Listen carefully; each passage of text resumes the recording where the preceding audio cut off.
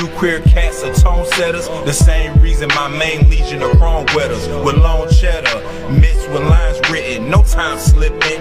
When we rhyme spitting, divine mission. Since the house days, GA Grandma left DJ Tanner outraged. The South stays, about that Beretta clapping, lines balanced with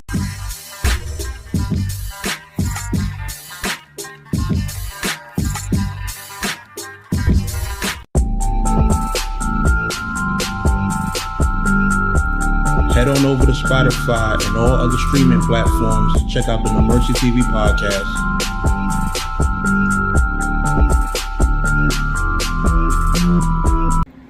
Yo, what's good, y'all? No Mercy, Trap New York shit, NoMercyTV.com. They gonna hate me for this one. You feel me? Man, the current climate of battle rap blogging. Woo, shit different nowadays. Shit different, you know. I wanted to do this blog, right? Because I always want to drive home just an understanding of what it is that we do here on YouTube. You understand? In terms of, you know, this battle rap blogging and shit like that. And me, right? As somebody who came in 2009, 2010, somewhere around there, right? Somebody who came into it around there. Wasn't no battle rap beef, wasn't like, you know, none of that. It was just everybody blogging about battle rap. You understand? Going to events, coming home, recapping them, doing interviews, etc., right? And it's like somewhere along the line, right, when battle rap exploded, when Summer Madness 2 came around, then everybody and their mother just wanted to blog about the shit. You feel me? Like with no background, no nothing, just came out of nowhere, seen that battle rap was lit, and now all of a sudden wanted to speak on it. You feel me? And that's supposed to happen. You understand? When anything that goes mainstream, you have a whole bunch of people that come in and want to eat off it. Why? Because they feel like it's the hot thing to do at the time. You know? Simple, just turn on the phone, turn on the camera, and just talk about something, upload it to YouTube, put in the tags to hope that it gets the right views, and then you just off and running from there. And it's really just a repeat process, you know. But somewhere along the line, it just became like the wild, wild west out here, you know. And what I would say the current climate is just like, it's just weird. It's just weird, like with so much weird shit going on. And you know what's crazy? Especially back when battle rap wasn't it wasn't news heavy, right? The news would be the battles. That's what the news was. It wasn't, Murder Mook tweeted this, let's go make 1 million blogs about it, right? Unless it might, and even if it was them blogging, tweeting about announcing a battle, we usually still ain't cut our cameras on until the league announced the battle by dropping a trailer or something. Why? Because that's proof that the joint is actually like and legit booked. You feel me? So even back then, it wasn't the style of a blogger to take a tweet and try to make content out of it, to take a Facebook post to try to make content out of it. You understand? Like, those are just posts. Them shits could be deleted at any time. Like, those are not, it's not concrete enough in most cases. You understand? But it's like these days, people are just looking for anything to report on. You understand? Anything to report on to hit the YouTube algorithm and get a little bit of monetization. Like, that's what, you know, everybody's doing. And it's just like, you look at some of the people who do some of these things, right? And just look at their style of blogging. Like, take the fact that they're people getting on a camera and speaking on things, and then just look at some of the information they present. Logic don't be making sense. Narratives that they create don't be making sense. And it's like a narrative is the first thing they go for. They don't even say that, yo, factually, this is what happened. They don't say any of this. They just say, yo, such and such said this, I think this means this. And it's like, what? So you're saying you think something means something. You don't even have facts around it. You're just saying that you think this is just something else. And this is how you get weird narratives, because people will take that way of thinking and run with it. They'll spin one thing into another, and all of a sudden, this is where you get pan-fried rice type content. Do you understand? This is where you got people making content about, oh, such and such is sleeping with the league owner, and like, what are you talking about? Like, what I forgot who said it in the battle, but I think Show Off said it to Mav. Something about having gay bars takes an incredibly gay mind. Like, that part. Like, it's that type time. Like, in order to be having those kind of fantasies and thoughts in your head, something has to be off with you mentally to be thinking about other men and what they're doing in their spare time and their bedroom. Like, it's just weird shit. It's just weird shit, you know? And one person I gotta give flowers to is Caps. Like, no bullshit, and this is just me just keeping it all the way 100. Like, I'm glad that Caps is back. You understand? Like, I'm glad that Caps is back. You know, he done got his stimulus check, so now he got the fresh angry fan wallpaper on his shit. You know, he's being consistent, doing interviews every night, whether it's 1 interview, 2 interviews, 3 interviews, you know, bringing multiple people up at the same time. Like, that's content that I can actually watch. You understand? Even with Chris Unbiased, like, Chris Unbiased was gone for a minute. He's coming back. He's doing his content, and he's making legit content, not reachy content, but content where, you know, he's actually getting the facts first. Like, even when you see ARP speaking on the whole Sirius Jones situation, you're hearing him say that, yo, all these bloggers hit me up, blah, blah, blah. Like, that's the kind of content that's needed. You understand? People who are actually fact checking, like, and notice when you hear somebody like ARP say that, like, yo, XYZ blogger hit me up for info first. Look at the names you hear. Look at the names you don't hear. And there's been numerous, you know, references of, you know, people going on record to say certain bloggers hit them for answers. Just continue to notice, right, the names that you hear. Just continue, pay attention. It don't take a rocket scientist to add up 2 and 2. You notice the names you hear, and you notice the names that you don't. That should tell you a lot. That should tell you a lot. You understand? And everybody tries to diminish the fact that, you know, that's something you should do when doing battle rap media, right? Hit people for information. They try to diminish that by saying, oh, we not D-rodding these league owners and these battlers and stuff like that. Y'all compromised and blah, blah, blah. You have to be compromised in order to hit somebody up for info before you speak on it. Because you're so thirsty to give such a trash opinion, right? You don't even want to hit somebody up that, in case you have a certain retarded narrative, you can get it cleared up just by simply talking to the person. You don't want to do that. Instead, you want to be able to run with a weird YouTube title because it's based in a weird narrative that you came up. Like, it's just a different time of blogging when I look at this shit. And when I look at the whole climate, that's why I say this shit is weird.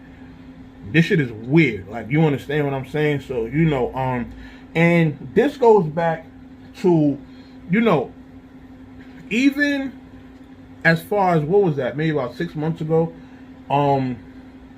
when me and DME Detroit went at it for a second time, you know, all I simply did was tweet about weirdo battle rap bloggers, right?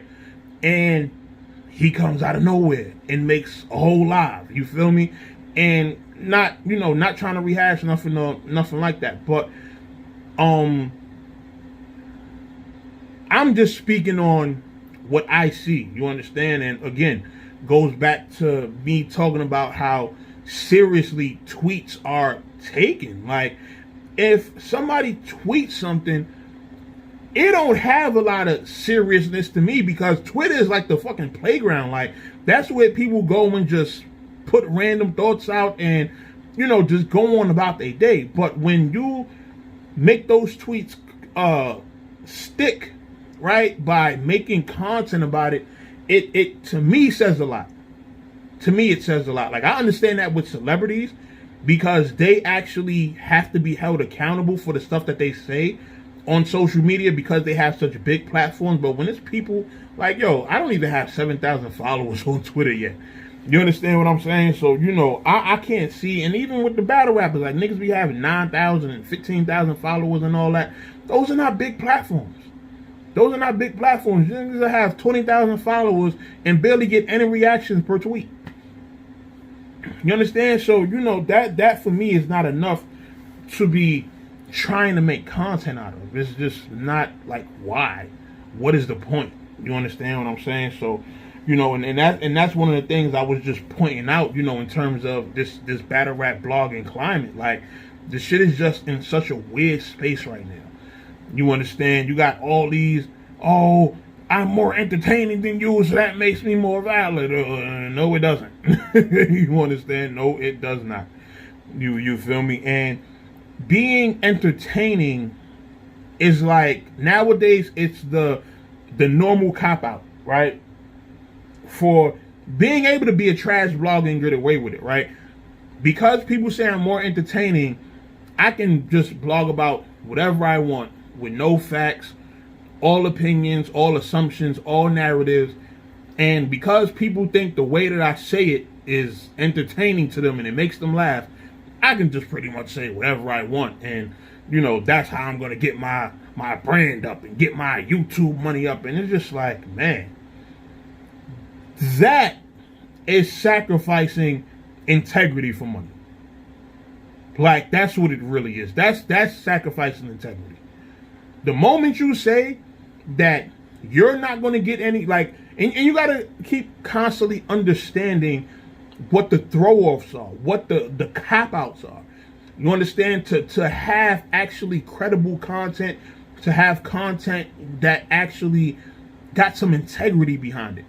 Like, if you make up an excuse as to why you can't hit people up for the correct answers on certain situations, that means that you're trying to avoid the truth. You understand? You're trying to avoid the truth. So if you're trying to avoid the truth, you know, you got people out there with truth in their name. They're trying to avoid the truth. Like, it's just weird for me. It's just weird for me. You understand what I'm saying? But, you know, like I said, the overall battle rap blogging climate is just, this shit is just weird. You know, you feel me? And this ain't no blog where I'm like complaining or, you know, nothing like that. Like, it's weird.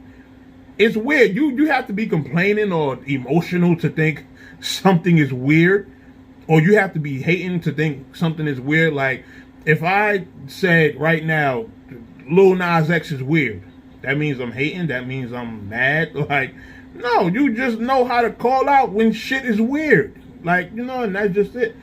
You feel me? So, y'all let me know what y'all think. Y'all let me know what y'all think. Shit, maybe I'm bugging. You feel me? But, what I will say, right, is that I am grateful for, you know, even the small following that I have, because I feel like, me personally, I found my core. I found the type of people that are in tune with my content, and I'm really, like, you know, in touch with my core base, and my fan base ain't weirdos. You understand what I'm saying? Like, the people who support this No Mercy TV platform, they're not people who do weird trolly shit and stuff like that. Like, nah, they're people who we can actually have, like, intelligent debates on the comments back and forth, because we're actually talking about something and trying to, you know, dissect different things and stuff like that. Like, that's what a community should be. But when you have a community full of trolls, like, you have, matter of fact, you have a blogger that is a legit stalker. Let me remind y'all, a blogger that is a legit stalker, a blogger that will tell somebody, I seen your LinkedIn. A blogger that will tag you on Facebook in groups and your personal page. Tag you on Instagram. Tag you in a YouTube community post. Blog about you. Tag you on all these different platforms. Tell you that, oh, they know where you be driving to. They know your family information. They know your address. They know where you work and stuff like that. Sorry. You claim to have a little bit too much information about me to not be some type of man-worshipping weirdo when you're saying all of these things. Like, people don't realize, and they talk so much. Some people talk so much, and some people are just open with their, how can I say, their fantasies about other men. You understand what I'm saying? Like, people are so open about it, they don't even realize it. Like, they are making 1 million YouTube channels for the specific reason of trolling people. They're spam uploading the same video 1 million times across 5 different channels. And it's just like, yo, are you really that obsessed? I'm sitting here on my one little YouTube channel, which is the only platform I might mention specific people. And they're going on all these different platforms doing all of the extra shit that they possibly can. But won't come outside a day in their life. Won't come outside a day in their life. They'll actually have people pull up to their hood. Multiple people pull up to the same place. Whether it's a park, whether it's a block. Multiple people pulling up to the same place. And niggas are inside uploading blogs, right? A person can't come to Colonial Projects, which is right up the block from Polo Grounds, right? A person can't go over there, do a video, do a whole live. A nigga did a whole live recording in somebody's hood, right? Shout out to Jay Legend, another blogger who I feel like is credible and should be shown more love. You feel me? Shout out to him. Shout out to Mr. Temperature Check. You understand? All these other bloggers out there that, you know, actually contribute something valid to the game, right? Jay Legend went to a nigga hood and did a whole live stream in there. A live stream. Right? A live stream. Reaper Rell was on live for probably a total of 2 hours. Y'all seen a 25-minute video. Sun battery kept dying and all this other stuff. He probably was out there total with 2, 3, 4 hours. And guess what? The person who said that they're a tough guy and they do all this, that, and the third, they won't even come outside to be addressed for the BS that they doing online. You feel me? But they'll wait till the next day and be looking around corners and making sure nobody's outside till they want to turn on the camera and go live and stuff like that. And it's like, yo, y'all got to get a better understanding of the stuff that y'all watching, man.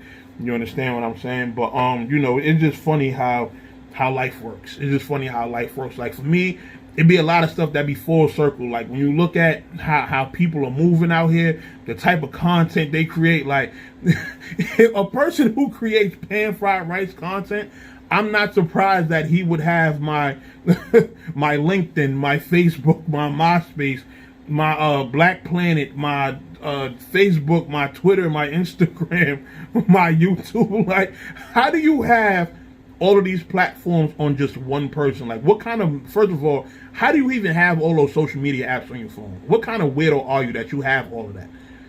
You feel me? And you're going on each of those apps, looking up a specific person. That's weird. That's definitely some weirdo shit. You understand what I'm saying? But, you know, y'all let me know what y'all think in the comments, and I'll let y'all soon. Right? Y'all know what it is. Mercy, Trap New York, NoMercyTV.com. I'm out.